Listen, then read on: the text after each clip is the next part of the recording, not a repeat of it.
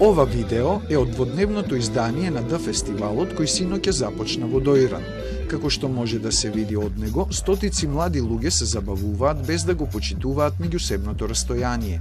Од Државниот пазарен инспекторат велат дека дополнително ќе проверат дали и како се почитувале протоколите за заштита од COVID-19, но и дека немаат ингеренции да реагираат кај посетителите, туку само кај организаторите. Понекогаш ни организаторот не може да ја држи ситуацијата под контрола, зашто одговорноста кај посетителите не е на соодветно ниво и така ги доведуваат организаторите во непријатна ситуација.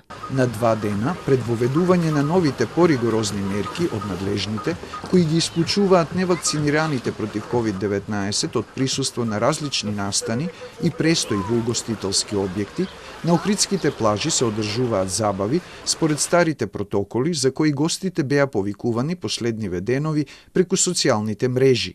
Веќе од понеделник повеќе од закажаните настани се откажуваат, а тие што ќе се одржат ги обврзуваат присутните на потврди за примена вакцина најмалку 1 доза или за прележана болест, доколку се соберат повеќе од 30 мина. Состојбата во Скопје е поинаква.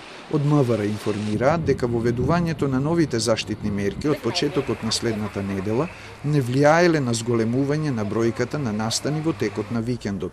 За овој викенд се пријавени помалку настани со поголем број присутни во однос на претходниот.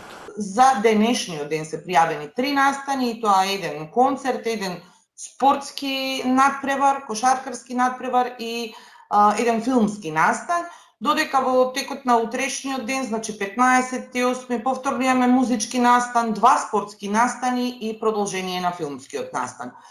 Минатиот викенд скоро беше 9 пријавени настани, за разлика од овој викенд кога имаме 7. И додека едни се забавуваат, други го фаќаат последниот воз за вакцинирање пред стартот на новите поригорозни мерки. На вакциналниот пункт во поликлиниката Букурешт нема турканици. За ревакцина не се чека воопшто, а за прва доза половина час. Зошто дури сега чекавте за прва доза? Кога дојде времето, така ти е.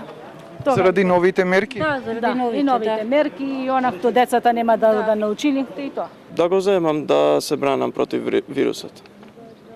А заради новите мерки тоа не ви значи што не ќе може? Може би и затоа.